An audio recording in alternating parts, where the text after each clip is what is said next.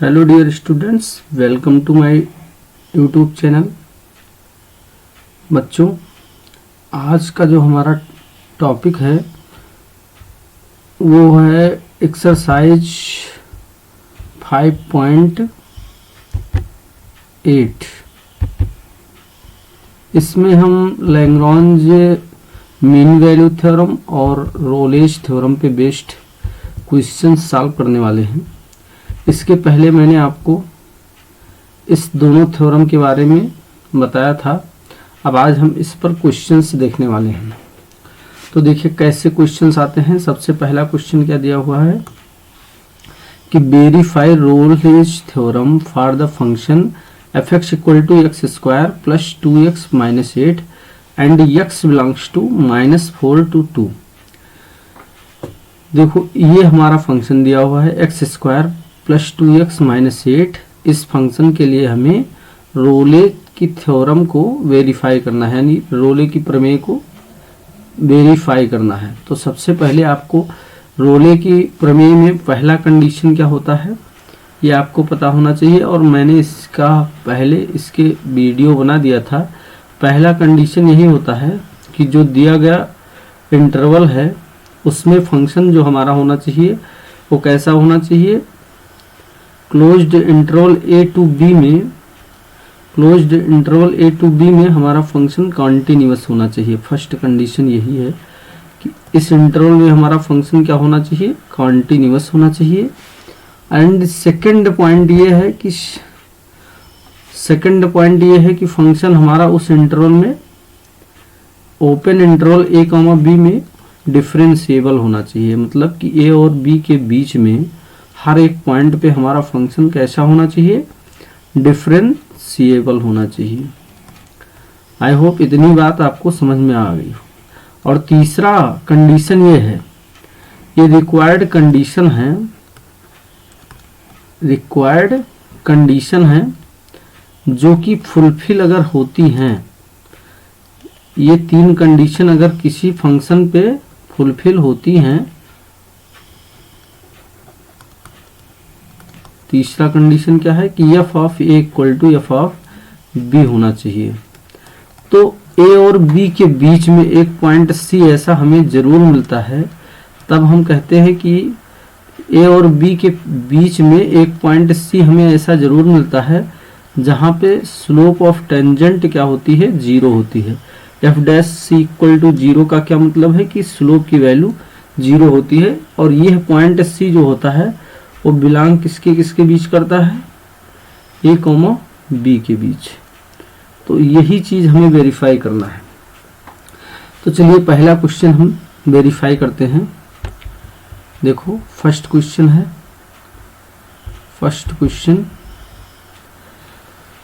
Solutions का देखो कैसे करना है वेरिफिकेशन।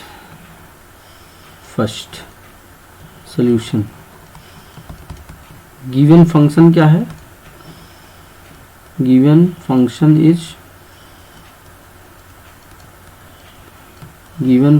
इज f(x) इक्वल क्या दिया है, x² + 2x - 8 + 2x - 8 and x belongs to क्या दिया हुआ है, -4 to -2 दिया हुआ है। तो सबसे पहला कंडीशन हम चेक करते हैं कि जो हम दिया गया इंटरवल है, इस इंटरवल में हमारा फंक्शन कॉन्टिन्यूअस है या नहीं है। तो जैसा कि आपको पता है कि जो हमारा ये फंक्शन दिया गया है x² + 2x - 8, यह एक पॉलिनोमियल फंक्शन है। क्या होता है ये एक पॉलिनोमियल फंक्शन है। और आपको ये पता होना चाहिए कि पॉलिनोमियल फंक्शन और ऑलवेज कॉन्टिन्यूअस, ये बात आप लोग बिल्कुल नोट कर लीजिए कि polynomial functions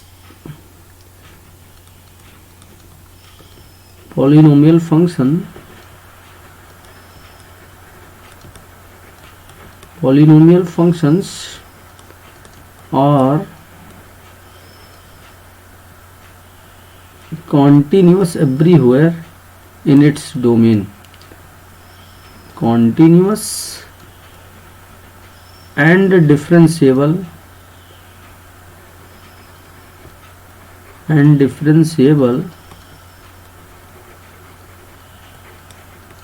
everywhere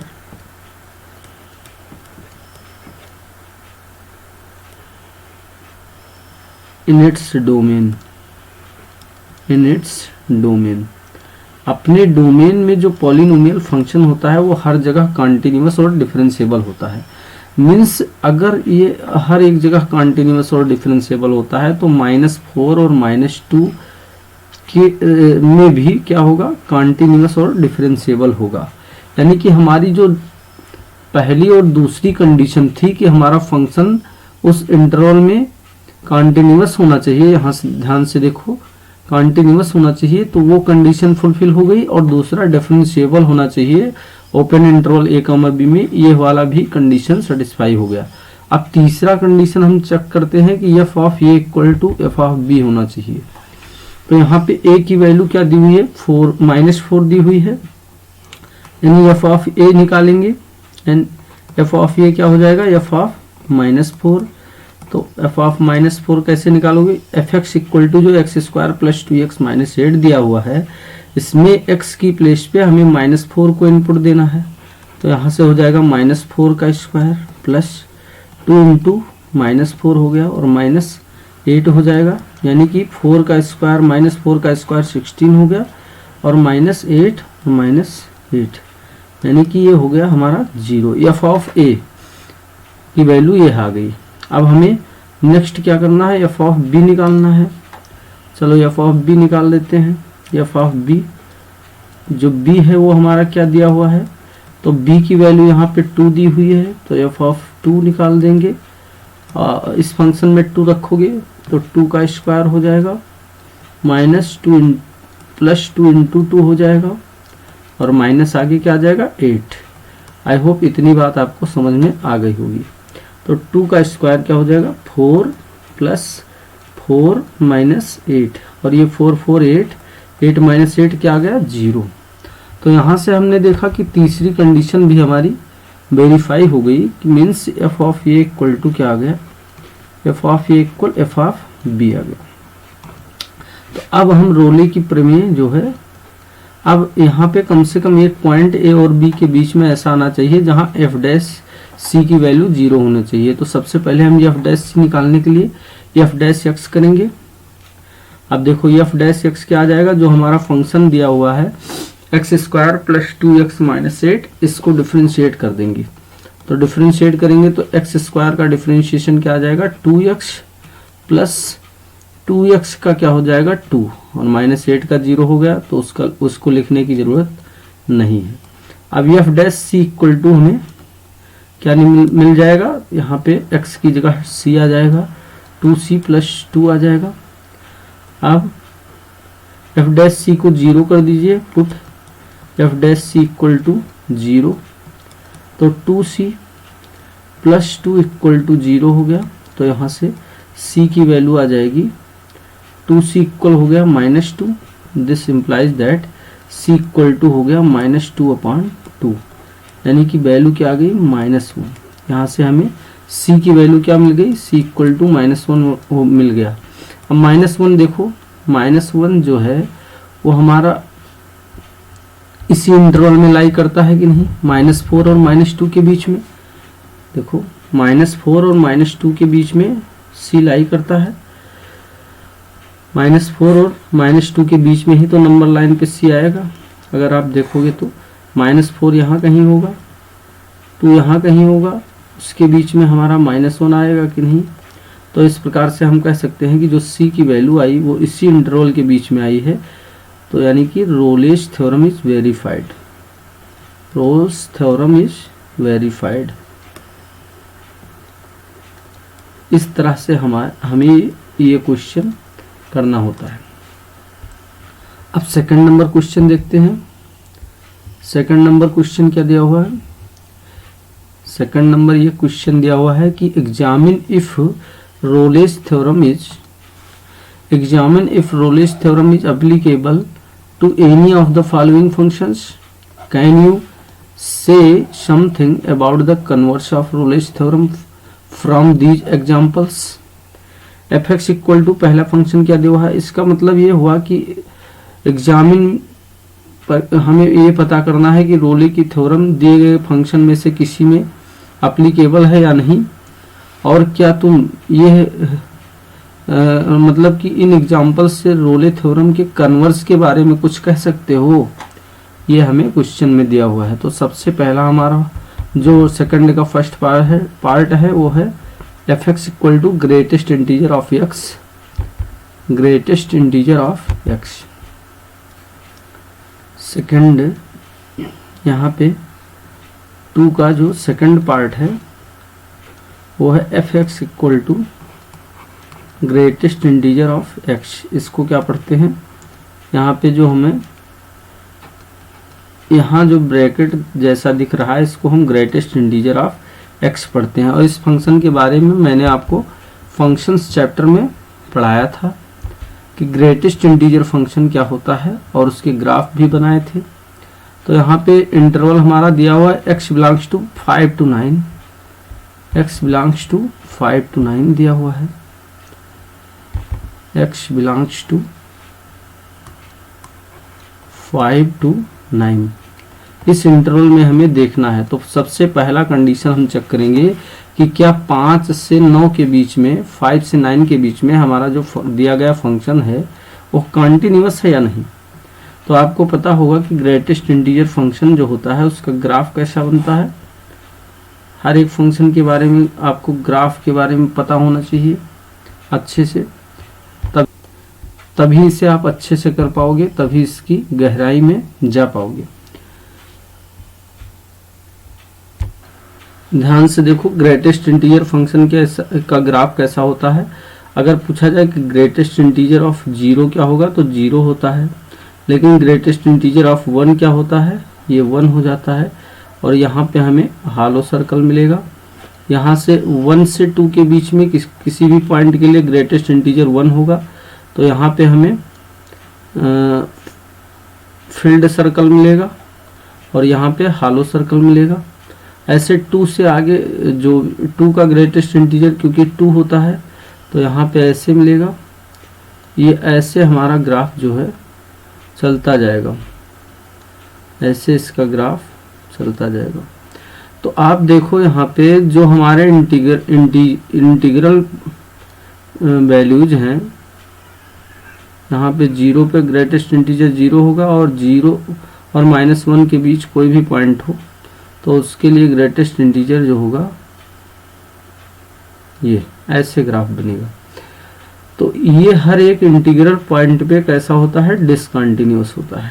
integer point पे क्या होता है, इंटीजर पॉइंट पे हमारा ये फंक्शन होता है डिसकंटिन्यूअस, इंटीजर पॉइंट पे डिसकंटिन्यूअस होता है।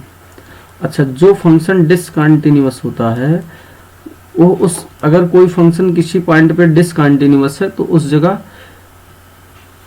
ये पक्का है कि अगर फंक्शन डिसकंटिन्यूअस है तो वह फंक्शन नॉन डिफरेंशिएबल होता है, यानी कि नॉन डिफरेंशिएबल। उस पॉइंट पे फंक्शन हमारा डिफरेंशिएबल नहीं होता, ये 100% है। लेकिन अगर कोई फंक्शन, ये चीज है कि कोई फंक्शन अगर किसी कॉन्टिन्यूअस हो तो जरूरी नहीं कि वो डिफरेंशिएबल भी हो। यहाँ से ग्रेटेस्ट मतलब कि मॉडुलस फंक्शन उसका एग्जांपल है, क्योंकि मॉडुलस फंक्शन ध्यान से देखो तो यहाँ पे शार्प कॉर्नर बनता है। अगर मॉड का ग्राफ बनाया जाए मॉड एक्स का तो यहाँ शार्प कॉर्नर बन जाता है, और अगर किसी फंक्शन के ग्राफ में कहीं शार्प कॉर्नर आता है तो उस पॉइंट पे वह फंक्शन नॉन डिफरेंशिएबल होता है। मीन्स अगर कोई फंक्शन कॉन्टिन्यूअस है तो कोई जरूरी नहीं कि वह डिफरेंशिएबल भी हो, लेकिन अगर डिफरेंशिएबल है किसी पॉइंट पे फंक्शन तो वह कॉन्टिन्यूअस जरूर होगा। अब यहाँ पे फंक्शन अगर हमारा डिसकंटिन्यूअस है इंटीग्रल पॉइंट्स पे तो वह डिफरेंशिएबल भी नहीं होगा, यानी कि हमारे दोनों कंडीशन जो पहले रोले थ्योरम में है वही सही नहीं है। इस 5 और 9 के बीच में कितने इंटीग्रल पॉइंट आ रहे हैं, 6 आ रहा है, 7 आ रहा है, 8 आ रहा है, इन सब पॉइंट्स में हमारा फंक्शन डिसकंटिन्यूअस होगा, यानी कि the given function is discontinuous at the given function is discontinuous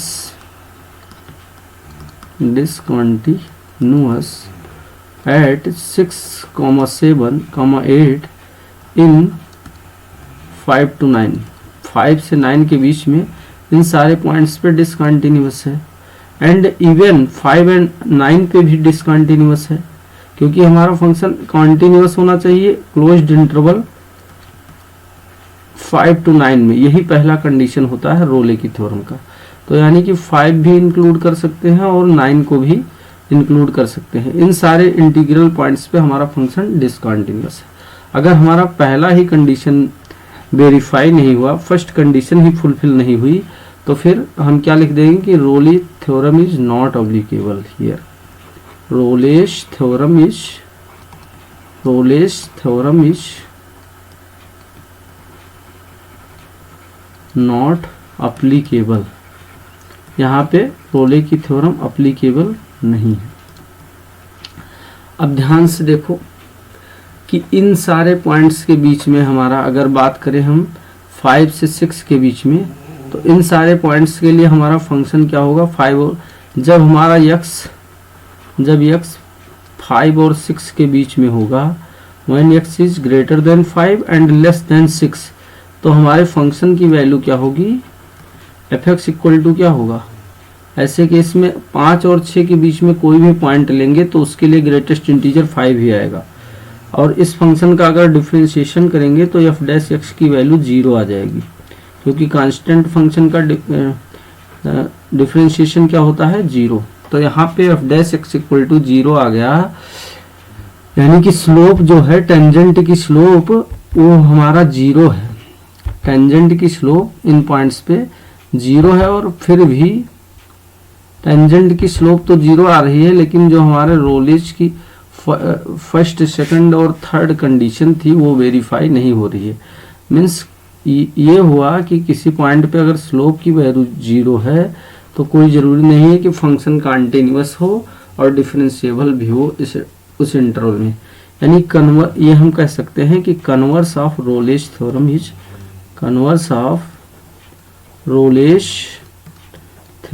not true. Converse of Rolle's theorem is not true.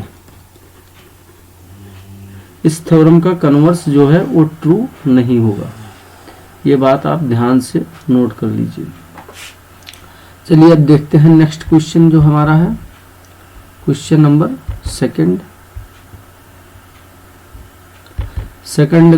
Second part क्या दिया हुआ है, fx equal to greatest integer of x for x belongs to -2 to 2। अब आपको पता है कि -2 से और 2 के बीच में -2 पे, फिर -1 पे, 0 पे, 1 पे और 2 पे, इतने पॉइंट्स पे हमारा फंक्शन क्या होगा डिसकंटिन्यूअस होगा, और डिसकंटिन्यूअस होगा तो डिफरेंशिएबल भी नहीं होगा। इसका मतलब Rolle's theorem is not applicable in this function. इस फंक्शन के लिए रोलेज थ्योरम अप्लीकेबल नहीं है, क्योंकि जब हमारी पहली 3 कंडीशन सेटिस्फाई होती है तभी हम रोलेज थ्योरम जो होता है उसको वेरीफाई कर सकते हैं। अब चलिए नेक्स्ट क्वेश्चन देखते हैं। क्वेश्चन नंबर 3 है कि f एक फंक्शन है -5 से 5 क्लोज्ड इंटरवल -5 to 5 से r में is differentiable function and f dash x does not vanishes anywhere. f dash x does not vanishes anywhere का मतलब f dash x is not equal to 0 ऐसा दिया हुआ है, हमें वेरीफाई करना है। Then prove that f of -5 is not equal to f5। तो देखो f डैश, अब आपको ये पता है कि f dash c equal to क्या होता है,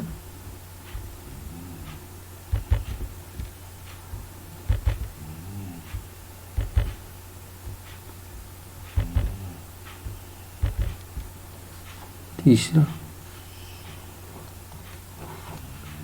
f dash of c equal to होता है F B minus F A upon F upon B minus ये हमारा LMBT होता है, LMBT। इसको लैग्रांजे मीन वैल्यू थ्योरम बोलते हैं, लैग्रांजे मीन वैल्यू थ्योरम। इसके पहले मैंने इसका बताया था। तो यहाँ पे एफ डैश सी की वैल्यू क्या आएगी इस फंक्शन के लिए, यहाँ देखो एफ डैश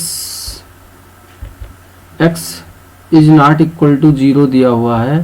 तो अगर एफ डैश सी निकालेंगे तो यहाँ पे F dash C is not equal to 0 means ये है जो F B minus F A upon B minus A दिया हुआ है इज नॉट इक्वल टू 0 आ जाएगा। अब यहाँ से बी और ए की वैल्यू रख लेंगे इंटरवल में।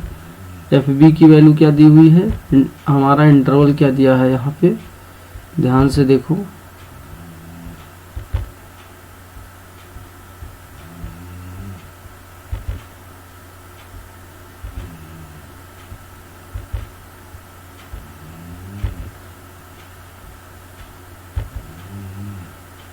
यहाँ पे -5 एंड 5 दिया हुआ है, -5 एंड 5। तो -5 एंड 5 दिया हुआ है। तो यहाँ b की वैल्यू क्या है, ये a हो गया और ये b हो गया, a कम्मा। तो एफ बी की जगह 5 आ जाएगा, माइनस एफ ए की जगह क्या आ जाएगा -5 अपॉन बी माइनस ए की जगह क्या हो जाएगा, b की जगह 5 और माइनस ए की जगह -5 इज नॉट इक्वल टू आ गया 0। अब इसको क्रॉस मल्टीप्लाई कर देंगे तो F of 5 minus F of -5 is not equal to, यहाँ 5 + 5 10 हो गया, उसको 0 के साथ मल्टीप्लाई कर देंगे। तो यहाँ से F of 5 is not equal to F of -5 और यही हमें प्रूव करना था। ये हो गया प्रूफ, ये हो गया हमारा प्रूफ। यही हमें थर्ड क्वेश्चन में प्रूव करना था। अब चलिए देखते हैं next question, question number 4। Question number 4 है कि verify mean value theorem if F X equal to X square minus 4x minus 3 in the interval a comma B where A equal to 1 and b equal to 4। तो देखो mean value theorem में भी हमारा 2 condition होता है, fulfil होना चाहिए।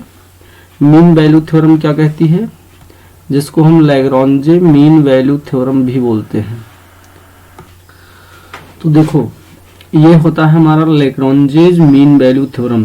लैग्रांजे mean value theorem क्या कहता है कि अगर कोई फंक्शन ए को closed interval A comma B में कॉन्टिन्यूअस हो और open interval A comma B में डिफरेंशिएबल हो, तो ए और बी के बीच में कम से कम एक पॉइंट सी ऐसा जरूर मिलता है जहां पर एफ डैश सी की वैल्यू होती है F B minus F A upon B minus A. ये चीजें आपको पता होनी चाहिए। तो हमारा फंक्शन क्या दिया हुआ है, देखो कि आप उसमें पहली दोनों कंडीशन वेरीफाई हो रही हैं। अब लैग्रांजे मीन वैल्यू थ्योरम में बस और रोलेज थ्योरम में बस इतना सा डिफरेंस है, इसमें एक तीसरी कंडीशन ये वाली भी होती है और इसमें केवल 2 ही कंडीशन होती हैं।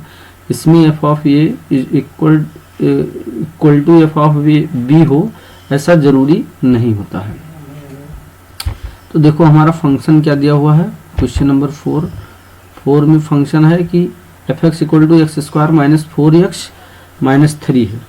अब ये एक पॉलिनोमियल फंक्शन है, तो ये हर जगह अपने डोमेन में डिफरेंशिएबल होता, हर एक जगह कॉन्टिन्यूअस होता है और हर जगह डिफरेंशिएबल होता है। इस फंक्शन को कोई प्रॉब्लम नहीं होती है क्योंकि पॉलिनोमियल फंक्शन है, बहुत अच्छे फंक्शन होते हैं ये हर जगह जो होते हैं कॉन्टिन्यूअस होते हैं और डिफरेंशिएबल भी होते हैं। तो यानी कि हमारी पहली दोनों कंडीशन जो मीन वैल्यू थ्योरम के लिए रिक्वायर्ड थी वो वेरीफाई हो गई। अब हमें एफ डैश ऑफ एक्स निकालना है। तो एफ डैश एक्स क्या हो जाएगा, एक्स स्क्वायर माइनस 4x का क्या आ जाएगा, ये आ जाएगा 2x माइनस 4। और एफ डैश सी अगर निकालेंगे तो क्या हो जाएगा, एफ डैश सी 2c माइनस 4, यह आ जाएगा 2c minus 4। F dash X में x की प्लेस पे जब हम c रिप्लेस कर देंगे तो 2c minus 4 equal to F B अब ध्यान से देखो एफ बी कैसे निकालेंगे, तो यहाँ बी की वैल्यू क्या दी हुई है, बी की वैल्यू क्या है, यहाँ एफ बी की वैल्यू 4 है, तो एफ बी निकाल लो। एफ बी इक्वल देखो क्या आ जाएगा, F B equal F B means F of 4। अब इसमें 4 इनपुट देंगे तो 4 का स्क्वायर हो गया माइनस 4 इंटू 4 और माइनस 3, यानी कि 16 माइनस 3 क्या हो जाएगा, ये हो जाएगा 16 माइनस 3 आ गया। एफ बी की वैल्यू क्या आ गई, -3 आ गई। ऐसे एफ ए की वैल्यू क्या हो जाएगी, ध्यान से देखेंगे एफ ए, यानी एफ ए की वैल्यू हो जाएगी एफ ऑफ 1, ए की वैल्यू 1 है तो 1 का स्क्वायर माइनस 4 इंटू 1 -3, यानी कि 1 माइनस 4 माइनस 3, तो ये हो जाएगा -7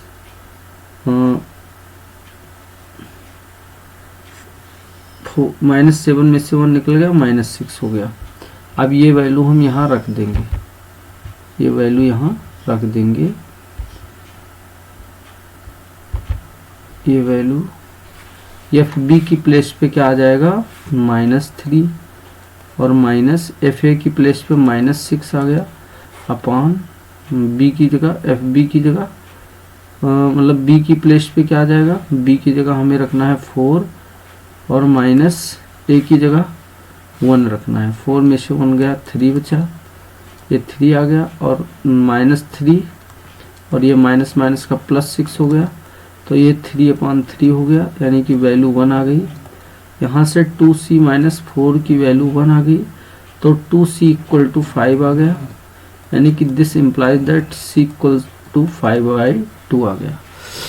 अब ध्यान से देखो, जो इंटरवल हमारा दिया था वो 1 से 4 दिया था, तो 1 से 4 के बीच में ही c लाई कर रहा है ना, c की वैल्यू 2.5 आएगा और 2.5 जो है 1 और 4 के बीच ही लाई कर रहा है, तो यानी कि c के बीच में हमें एक ऐसा पॉइंट मिल गया, यानी कि बिलोंग्स टू 1,4, ये 1 और 4 के बीच में ही बिलोंग कर रहा है, यानी कि LMBT is verified, LMBT is verified, LMBT जो है वेरीफाइड हो गई for the given function, for the given function. ये हो गया, इस क्वेश्चन को ऐसे हमें सॉल्व करना है। चलिए क्वेश्चन नंबर 6 देखते हैं।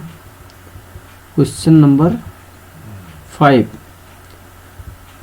क्या है कि F X equal to X cube minus 5x square minus 3, F X equal to X cube, F X equal to, question number 5 है F X equal to X cube minus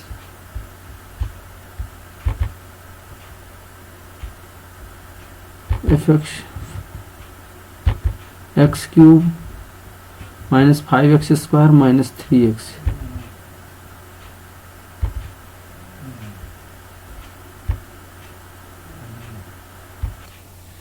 इस question में हमें question number 5 में F X equal to X cube minus 5x square minus 3x दिया हुआ है और हमें c की वैल्यू निकालना है using LMBT, Lagrange mean value theorem का यूज करके, जहाँ पे f dash c equal to 0 है, ऐसा दिया हुआ है।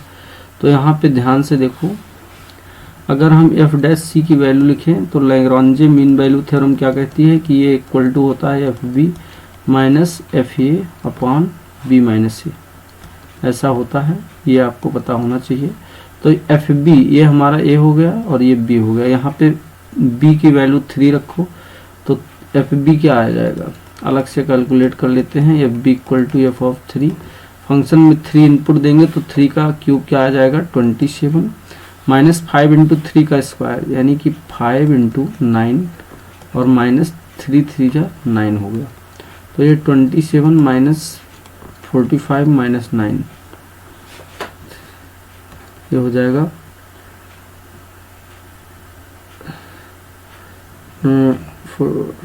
27 माइनस 9 और 5 14 54, इसको माइनस कर देंगे तो 14 में 7 गया 7, और यहाँ 4 में 2 गया 2, -27। एफ ऑफ बी की वैल्यू आ गई। ऐसे एफ ऑफ ए की वैल्यू निकाल लेंगे। F of A means F of 1 यहाँ पे इनपुट देंगे इसी फंक्शन में, तो 1 हो गया, -5 हो गया, -3 हो गया, और ये हो गया 5 और 3 8, 1 -8 हो गया, यानी कि -7 आ गया। अब ये वैल्यू रख देंगे। एफ बी की प्लेस पे आ जाएगा -27, माइनस एफ ए की प्लेस पे क्या आ जाएगा, एफ ए की प्लेस पे -7 आ गया, -7 अपान बी माइनस ए। बी की वैल्यू क्या है 3, माइनस ए की वैल्यू 1 है, 3 में से 1 निकाल दोगे 2 बचेगा, और ये -27 + 7 हो गया, यानी कि -20/2 आ गया। यहाँ से वैल्यू 10 आ जाएगी। और एफ डैश सी का वैल्यू क्या आएगा, तो इसका डिफ्रेंशिएशन करेंगे तो एफ डैश एक्स क्या आ जाएगा, F dash X equal to 3x² minus 5 3 जा 5 2 जा 10x, 3x² minus 10x minus 3। तो यहाँ पे वैल्यू रख देंगे तो ये हो जाएगा 3c² माइनस 10c माइनस 3, यानी कि 3c² माइनस 10c और माइनस 3 इक्वल -10 इधर दिया हुआ है, तो ये हो जाएगा 3c² माइनस 10c माइनस 3 और +10 इक्वल टू क्या आ जाएगा 0। 10 में से 3 निकाल देंगे तो 3c² माइनस 10c और +7 इक्वल टू क्या आ गया 0। अब इसका हम फैक्टराइजेशन कर लेंगे यहाँ, तो यहाँ फैक्टराइजेशन करेंगे तो 7 3 21, यानी कि 3c² minus 7c minus 3c और +7 आ गया इक्वल टू 0। यहाँ से c कॉमन ले लेंगे तो 3c माइनस 7 हो गया, और -1 कॉमन हो गया तो 3c माइनस 7 आ गया। तो यहाँ से 3c माइनस 7 एक फैक्टर हो गया, और एक हो गया c माइनस 1 इक्वल टू 0, यानी कि c इक्वल टू 7/3 और 1। अब ध्यान से देखो, जो हमारा इंटरवल था वो 1,3 दिया हुआ था, तो 1 हम नहीं ले सकते हैं क्योंकि 1 और 3 के बीच में c आना चाहिए, ना ही हम 3 को ले सकते हैं। अब 7/3 की वैल्यू क्या आएगी, तो यहाँ से ये c equal to 1 does not belongs to 1,3, so it is not acceptable, इसलिए ये एक्सेप्टेबल नहीं है। तो c इक्वल टू 7/3 क्या आएगा 2 पॉइंट समथिंग आएगा, तो यही हो गया हमारा आंसर, यही c की वैल्यू हो गई जो कि इस इंटरवल में लाई करती है, बिलोंग्स टू 1,3। ये हमारा फाइनल आंसर हो गया। चलिए हम देखते हैं क्वेश्चन नंबर 6 और लास्ट क्वेश्चन है इस एक्सरसाइज का। आई होप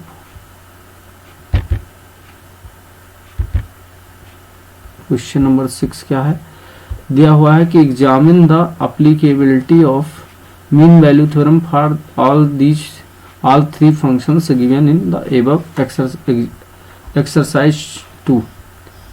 मतलब कि जो हमारा दूसरा नंबर का क्वेश्चन दिया है उसमें LMBT को हमें LMBT अप्लाई होगा या नहीं होगा ये हमें चेक करना है। तो वही दूसरा क्वेश्चन जिसमें हमने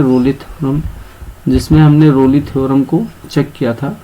तो जैसा कि आप जानते हो कि f(x) इक्वल टू अगर ग्रेटेस्ट इंटीजर ऑफ x दिया है तो यह मतलब कि इंटीग्रल पॉइंट्स पे यानी 5 6 7 8 9 पे डिसकंटिन्यूअस होगा, तो डिफरेंशिएबल भी नहीं होगा। तो हमारी पहली दोनों कंडीशन ही वेरीफाई नहीं हो रही है। ऐसे केस में इस फंक्शन के लिए हमारा जो LMBT है वो अप्लीकेबल नहीं होगा। सिमिलरली ये ग्रेटेस्ट इंटीजर फंक्शन है, ये दूसरा वाला भी, इस पे भी हमारा LMBT अप्लीकेबल नहीं होगा। और तीसरा function f(x) equal to x² minus 1 दिया है, इसको हम देख लेते हैं।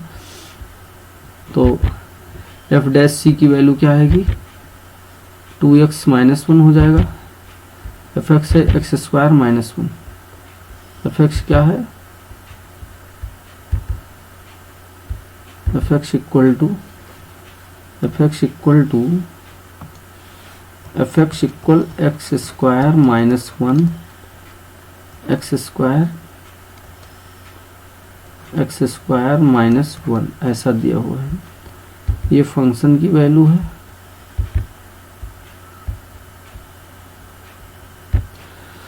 देखो क्वेश्चन नंबर 6 में F X equal to X square minus 1 दिया है और एक्स बिलोंग्स टू 1, 2 दिया हुआ है। तो एफ डैश एक्स अगर निकालेंगे तो क्या आ जाएगा 2x माइनस 1। तो एफ डैश सी क्या हो जाएगा 2c माइनस 1। अब एफ डैश सी की वैल्यू LMBT सी क्या होता है, LMBT हमारा क्या कहता है कि F dash C equal F B minus F A upon B minus C और इक्वल टू यहाँ हो जाएगा 2c माइनस 1। अब ध्यान से देखो एफ बी की वैल्यू यहाँ क्या आ जाएगी, तो एफ ऑफ 2 निकालेंगे तो 2 का स्क्वायर 4 माइनस 1 यानी 3 आ गया। एफ बी की वैल्यू आ गई 3। एफ बी की value F of B equal to 3 आ गया और एफ ऑफ ए क्या आएगा, F of A equal to F of 1 हो जाएगा। यानी कि 1 रखेंगे तो 1 माइनस 1 क्या आ जाएगा, 1 माइनस 1 इक्वल टू 0 आ गया। अब ये वैल्यू यहाँ रख देंगे तो एफ बी की जगह 3 माइनस 0 अपॉन बी की जगह 2 माइनस ए की जगह 1 हो गया इक्वल टू इधर आ गया 2c माइनस 1। अब यहाँ से हो जाएगा 3 माइनस 0 यानी कि 3 हो गया और 2 माइनस 1 यानी कि 2c माइनस 1 इक्वल टू 3 आ गया। तो 2c इक्वल टू क्या आ जाएगा 4 implies that c equal to 4/2 means 2 आ गया c की वैल्यू। अब ये हमारा एक्सेप्टेबल वैल्यू नहीं है क्योंकि 1 और 2 के बीच में हमें पॉइंट आना चाहिए, यानी कि डज नॉट बिलोंग्स टू 1,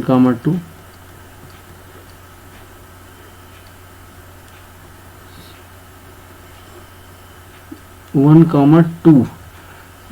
अगर ये क्लोज्ड इंटरवल दिया हुआ है तो इसके बीच में अब LMBT में हमें ऐसा दिया हुआ कि C there exist some C in open interval A, B। Open interval A, B में हमारा C होना चाहिए। यहाँ पे ध्यान से देखो C जो होना चाहिए वो ओपन इंटरवल A, B में होना चाहिए और हमारा C जो है वो इस इंटरवल में नहीं आया, A, B और को छोड़कर C की वैल्यू आनी चाहिए। तो इस क्वेश्चन में हमारा जो C का वैल्यू आया है C की वैल्यू 2 आ गई है। यहाँ पे C की वैल्यू 2 आ गई है और यहाँ पे 2 हमारा जो है वो इसका एकदम एक्सटीरियर पॉइंट है which is not acceptable value, hence Lagrange mean value theorem is not applicable. यानी कि इसमें Lagrange mean value theorem applicable नहीं है। ओके, थैंक्स, मिलते हैं नेक्स्ट वीडियो में।